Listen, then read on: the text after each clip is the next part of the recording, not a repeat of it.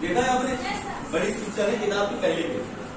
वो किताब की वो पिक्चर फ्रांसीसी क्रांति, यूरोप में जितनी क्रांति हुई है, जैसे फ्रांसीसी क्रांति, रूसी क्रांति, जर्मनी में क्रांति हुई थी, जर्मन क्रांति, ये सारी क्रांतियों को दर्शाती है वो एक फोटो। बात समझ में आ गई? जब आप किताब नहीं है आपके पास, मैं ऐसे समझा दे रहा हूँ बिना हिसाब के। वाइल वी आर टॉकिंग, तो हम बात कर रहे हैं तस्वीर की। किसकी बात कर रहे हैं? तस्वीर। तस्वीर में आपको दिखिएगा लॉर्ड जीसस। कौन? लॉर्ड जीसस क्या कर रहे हैं कि जितने देश हैं, जो भी देश हैं यूरोप में बहुत सारे देश हैं, मैं आपको नाम बता देता हूँ, जैसे फ्रांस, जर्मनी, इटली, ये सब है देश, आयरलैंड, पोलैंड, स्विट्जरलैंड है ये सब देश। ठीक है, ये सब देश जितने यूरोप में हैं, ये सारे देश क्या कर रहे हैं, एक के बाद एक क्रांति से प्रभावित हो रहे हैं और सबके अंदर क्रांतिकारी होने की भावना आती जा रही है, उत्पन्न होती जा रही है। बस समझ में आ रही नहीं आ रही?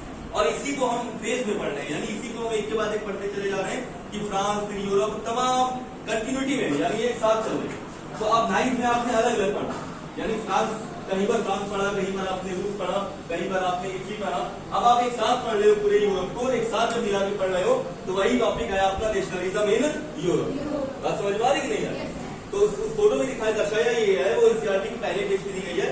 उस फोटो को स्किप मत करना, क्योंकि पेपर यूपी बोर्ड का बने या सीबीएसई का, उसी में से आता है, उसी में से उस फोटो में से एक दो क्वेश्चन बन जाते हैं खाली पिक्चर में। ठीक है, एनसीईआरटी की किताबों में क्या होता है, कॉन्सेप्ट एक साइड है, स्टोरी एक साइड। स्टोरी चल रही है, बीच में कॉन्सेप्ट, फिर स्टोरी, फिर कॉन्सेप्ट। ठीक है, तो हम अभी कॉन्सेप्ट को समझ रहे हैं, स्टोरी को नहीं समझ रहे। जो पिक्चर है वो किसके बारे में है? कॉन्सेप्ट के बारे में। Let us clear the concept. Concept ये है कि लॉर्ड जीसस है, लॉर्ड जीसस, भगवान जीसस, वहां पे क्रिश्चियंस होते हैं ना यूरोप, तो लॉर्ड जीसस क्या कर रहे हैं, बहुत सारे देश हैं, बहुत सारे कंट्रीज हैं जो अपना अपना फ्लैग लेके खड़े हुए in a line, they are standing in a line, एक लाइन में खड़े हुए हैं। लॉर्ड जीसस सबको प्रेज कर रहे हैं, यानी सबको ब्लेसिंग्स दे रहे हैं। कैसी क्यों ब्लेसिंग दे रहे हैं? इसलिए ब्लेसिंग दे रहे हैं कि देखो स्विट्जरलैंड आगे निकल चुका है, अमेरिका बहुत आगे निकल चुका है। ठीक है, अब बारी है फ्रांस की, उसके बाद बारी है जर्मनी की, उसके बाद बारी है पोलैंड की, उसके बाद स्विट्जरलैंड के, ऐसे करके बहुत सारे कंट्रीज हैं जिनकी एक के बाद एक बारी चली आ रही। क्यों आ रही? Why it is so? It is so because कि जो क्रांति है उसके सबसे पहले प्रभावित हुआ स्विट्जरलैंड, जिसने अपने आप को अलग कर दिया। ठीक है, लोगों के मन में भावना आई, विद्रोह हुआ, लड़ाइयां हुई। ठीक है ना? उसके बाद उन्होंने अपने आप को क्या किया? चेंज किया। जब चेंज किया तो उनके अंदर जो है राष्ट्र प्रेम की भावना जागृत हुई, सब एकत्रित हो गए, एक हो गए, एकता आ गई, सब यूनिटी आ गई। बात समझ में आई? कि आप याद करो, आपने 9th में पढ़ा था फ्रेंच रिवॉल्यूशन, फ्रांसीसी क्रांति।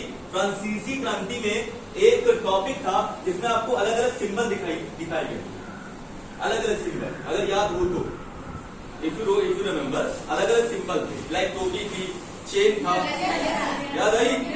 ओके, वो टोपी, वो चेन, जितनी चीजें थी वो फ्रीडम यानी आजादी, लिबर्टी को दर्शा रही थी।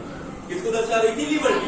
हम आजाद हो गए, हम फ्री हो गए, हम लिबरल हो गए ना, यानी हम कंजर्वेटिज्म से बाहर आ गए, उस युग से बाहर हो गए जो रूढ़िवादी परंपराओं का युग था। किसका युग था? रूढ़िवादी परंपराओं का, रोमन चर्च का युग था, वो युग था रोमन चर्च। उससे बाहर आ चुके हैं वो सारे सिंबल। उसी सिंबल का यूज कर करके जो पढ़े लिखे लोग नहीं थे समाज में यूरोप के, फॉर एग्जाम्पल जैसे जो कम पढ़े लिखे थे या जो वुमेन्स थी, गर्ल्स थी, जिनके पास एजुकेशन नहीं थी, उनको उसी सिंबल का यूज करके समझाया जाता था कि देखो हम क्या हो चुके हैं, फ्री हो चुके हैं, लिबरल हो चुके हैं। बात समझ में आ रही कि नहीं आ रही? उसी सिंबल को आगे बढ़ते बढ़ते वही सिंबल पूरे यूरोप में फैलता चला गया। तो जितने पढ़े लिखे गांव मोहल्ले वाले लोग थे, कंट्री साइड उसको बोला जाता है, कंट्री साइड, जो कंट्री साइड के लोग थे, उन्होंने ये ओके कर दिया, उन्होंने ये जान लिया, समझ लिया कि क्या होने वाला है, रूसी क्रांति, फ्रांसीसी क्रांति से सब लोग क्या हुए हैं, प्रभावित हुए। अब एक एक करके सारे देश क्या करेंगे, अपने आप को आजाद करेंगे। बात समझ में आ रही? यही टॉपिक घूम घूम के आपके में एनसीईआरटी के पहले चैप्टर में आ रहा है। ठीक है, जिसको हम कह रहे हैं नेशनलिज्म इन यूरोप। बात समझ में आ रही कि नहीं आ रही?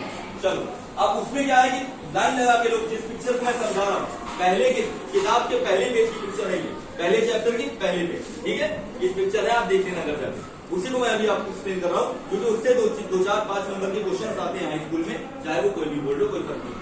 अब उसमें क्या है, वो लाइन लगा के खड़े हुए हैं सारे कंट्रीज अपने फ्लैग को लेकर। ठीक है, आप देखोगे कि एक स्टैचू खड़ा हुआ है, there is a statue, statue भी है उस पिक्चर में।